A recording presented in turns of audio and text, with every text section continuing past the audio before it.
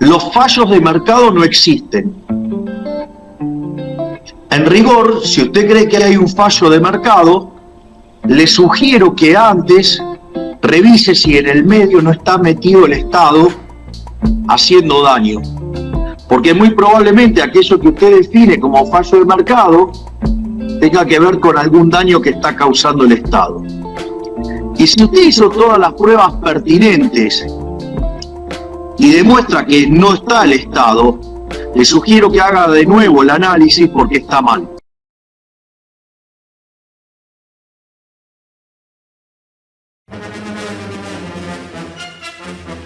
Agotados por la infructuosa búsqueda de una competencia perfecta que no existe, los libertarios se congregan en terrazas para dar la bienvenida al libre mercado, que se habría materializado en forma de naves espaciales. Vamos al móvil. ¡Es la apertura del mercado! Gracias, estudio.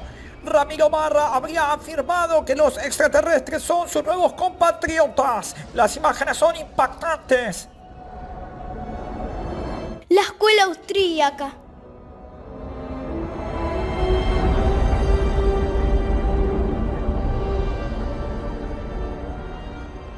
¿Qué va a pasar con mi pyme?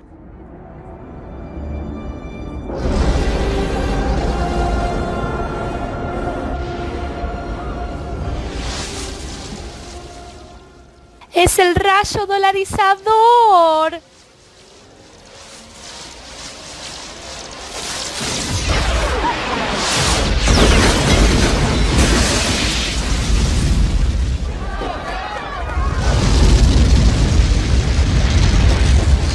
Le sugiero La que escuela antes austríaca. revise si en el medio no está metido el Estado ¡Es la apertura del haciendo mercado! daño. Porque muy probablemente aquello que usted define como fallo de mercado tenga que ver con algún daño que está causando el Estado. ¡Qué sueño de mierda, por Dios! Bueno, ahora sí, con unos buenos matienzos, arranquemos. Segunda parte del informe: ni libre mercado, ni libre competencia, es la geopolítica. Javi Milei dice que el mercado no tiene fallos como si el mercado fuera algo que funciona por sí mismo, con una mecánica propia, una dinámica natural, y que donde se encuentren fallos en ese mercado que es perfecto, supuestamente, es porque está metiendo su sucia mano el Estado. No existe mercado sin Estado, no existe. Históricamente no ha existido mercado sin Estado, sin organizaciones institucionales humanas, y de hecho el mercado existe gracias al Estado. Vamos a poner un caso muy concreto. El Estado es el que hace las rutas, las calles, el que asfalta, el que hace esa inversión, no la industria automotriz. Por lo cual, el Estado es el que genera las condiciones para que ciertos sectores del mercado puedan hacer su negocio. ¿Qué pasa con el mercado de armas? Que es un mercado que, según el señorito Javier, también, ¿no?, se debiera autorregular y debiera ser perfecto. El mercado de armas es muy interesante y tiene que ver, obviamente, con la geopolítica. Bueno, en esta primera diapositiva vemos cuáles son los principales socios comerciales de Estados Unidos para el año 2020. Encabeza México, le sigue China, Canadá. Canadá y México son parte del NAFTA, de un acuerdo de libre comercio de América del Norte. Luego Japón, Alemania, Corea del Sur, bastante lejos. Reino Unido, Suiza, Taiwán, Vietnam. Bueno, no existe un mercado mundial, sostenemos, sino asociaciones comerciales estratégicas entre países y regiones. Vamos a ver la próxima placa, que tiene que ver con el mercado de armas, a ver si se cumple esto que dice el señorito Milei. Bueno, lo que vemos acá es que los principales clientes de Estados Unidos, que es el principal exportador al mismo tiempo de armas en el mundo, no son prácticamente ninguno de los que dijimos antes. Habíamos dicho primer socio comercial México, luego China, luego Canadá. Fíjense que los principales socios comerciales en el mercado de armas, los principales importadores de armas norteamericanas, son Arabia Saudita primero, Australia después, y tercero, y bastante lejos, Corea del Sur. Corea del Sur con un 6,8% contra un 23% de Arabia Saudita. Lo mismo se replica si analizamos quiénes son los principales compradores de armas de las demás potencias, sea Rusia, Francia, China, Alemania no se rigen por una lógica de mercado o de mercado perfecto, que no existe, sino que se rigen por, estos mercados se rigen por las conveniencias geopolíticas y los intereses geopolíticos de cada una de estas potencias. Dígase, las potencias armamentísticas del mundo no le venden sus armas a países que no consideran aliados estratégicos o que no son parte de su desarrollo geoestratégico. En este caso, por ejemplo, Estados Unidos no arma a los asociados de Rusia y China y viceversa. Son muy puntuales los casos. Acá podemos ver, por ejemplo, India. India le compra a Rusia, socio BRIC, pero también le compra a Estados Unidos y a Francia. Y esto tiene que ver con la geopolítica propia del BRICS. Si vemos a quién le vende China, China le vende prácticamente a todos los países que rodean a India. ¿Por qué? Porque hay un conflicto geopolítico histórico entre India y China, y hay una disputa por el liderazgo del BRIC en el lejano oriente. Por lo cual, una vez más, lo que nos dice el señorito Milei y sus libertarios es pura fantasía. El mercado mundial de armas no se rige, como pretenden los muchachos, por una libre competencia, por la libre concurrencia, y mucho menos por esta idea de basarse en la no agresión del proyecto del prójimo. Todo lo contrario, se basan en la agresión al proyecto de otros países o de otras naciones.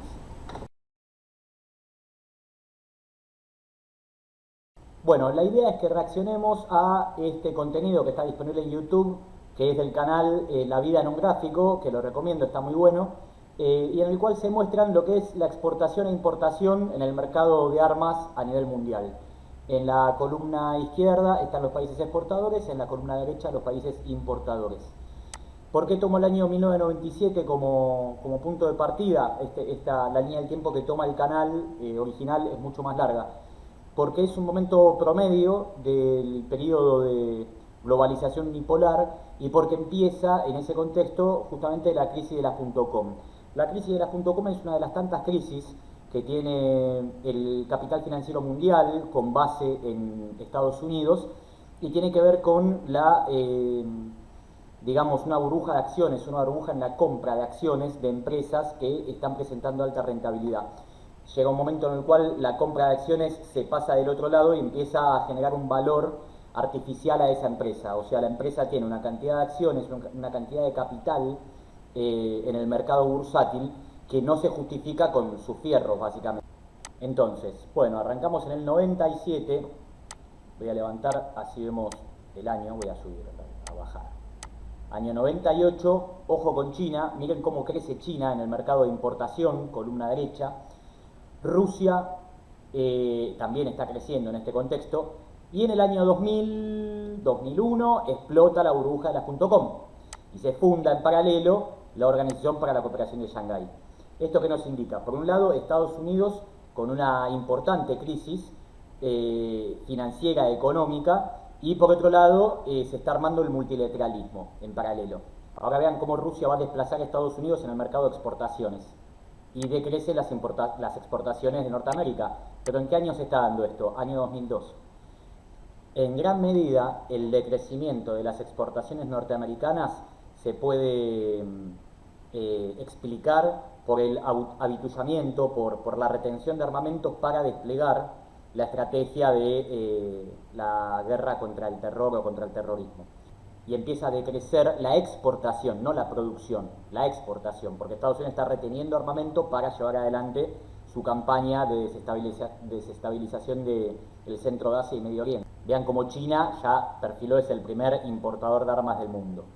Rusia supera a Estados Unidos, pero fundamentalmente porque Estados Unidos desciende mucho por esta campaña contra el terror. En este caso se da de vuelta y es la guerra de Irak la que explica. Primero fue la de Afganistán, ahora la de Irak. Ya pasamos el periodo de la guerra de Irak y acá lo que vamos a ver es cómo Estados Unidos desarrolla su estrategia de tercerización de la guerra. O sea, empieza a exportar el complejo militar industrial norteamericano que venía en crisis en el año 99-2000. Después vamos a ver por qué, vamos a ver los datos, la información. Empieza a recuperarse y a traccionar a un sector muy importante de la economía norteamericana.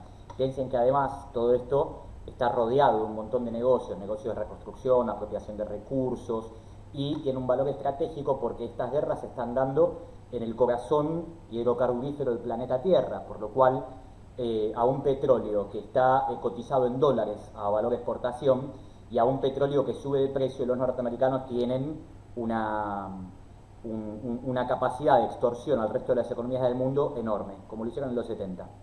Estamos viendo año 2005, pico de importaciones chinas.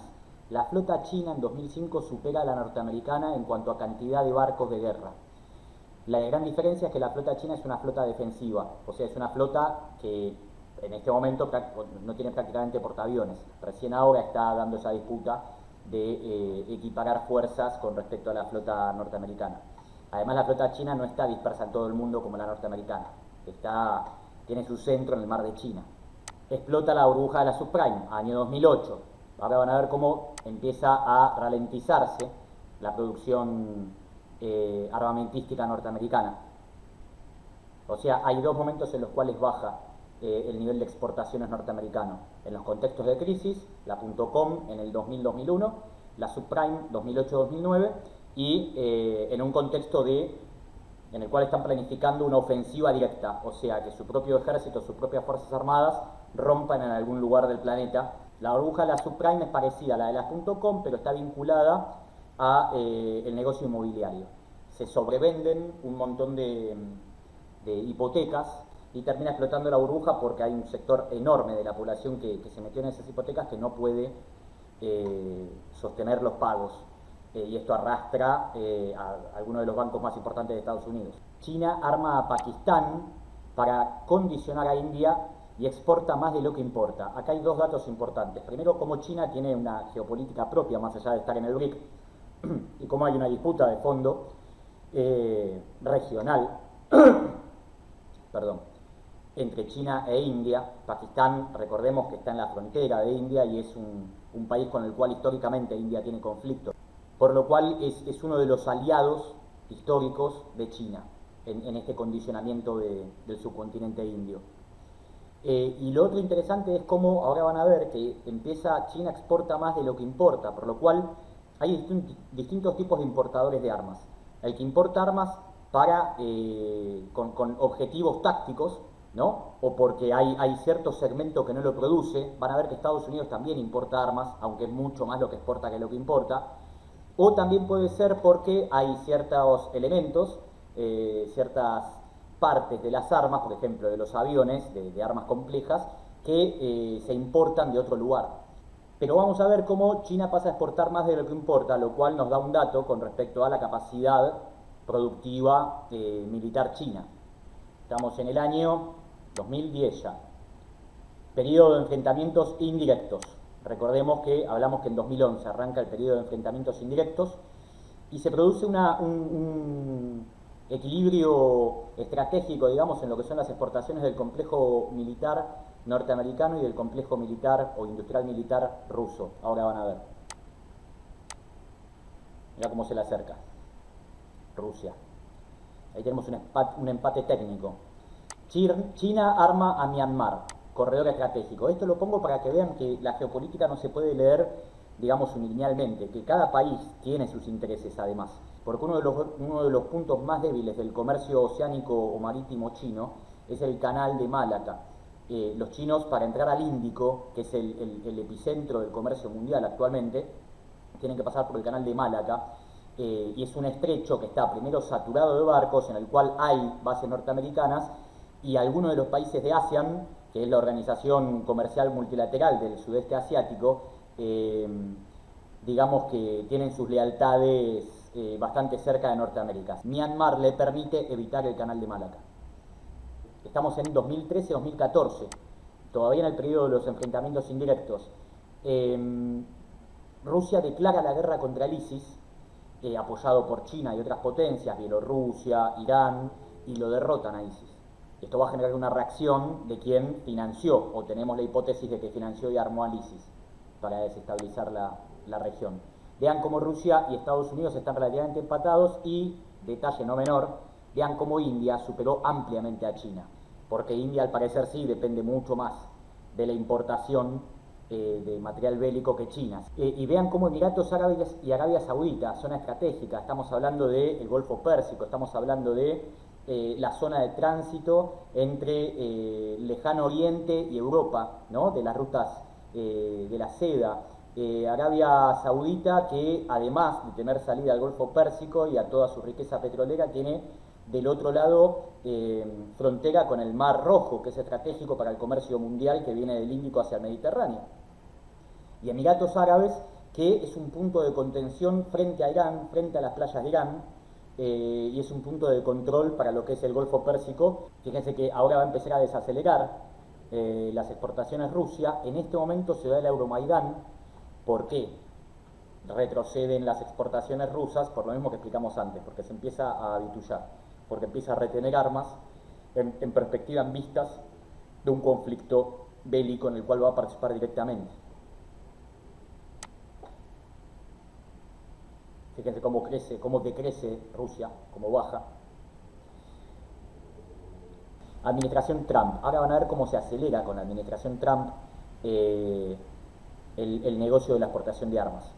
Y esto es importante entenderlo. Cuando van cambiando las administraciones, cambian las alianzas del bloque dominante, del bloque de poder, del bloque de gobierno. Trump viene muy de la mano de la industria, en principio de la industria en general, y de la industria, del complejo militar industrial en particular también. Ahora lo vamos a ver. Fíjese cómo se empieza a acelerar, asume Trump, y así crece la exportación de armas en Estados Unidos. Decrece en el caso de Rusia por lo mismo que dijimos, estamos en 2018 ya. Esta es la antesala del periodo de enfrentamientos directos. Ahora van a ver cómo de vuelta Rusia baja en su nivel de exportaciones. Y crisis del Golfo Pérsico, que este es vamos a dejar acá, esto es año 2020, esto es a final de 2019, principio de 2020, y es un conflicto en el cual hay un enfrentamiento directo entre Irán y Estados Unidos en el Golfo Pérsico, con el apoyo de las dos coaliciones, la multipolar del lado de Irán y la unipolar con los sectores más leales que componen la OTAN detrás de la OTAN.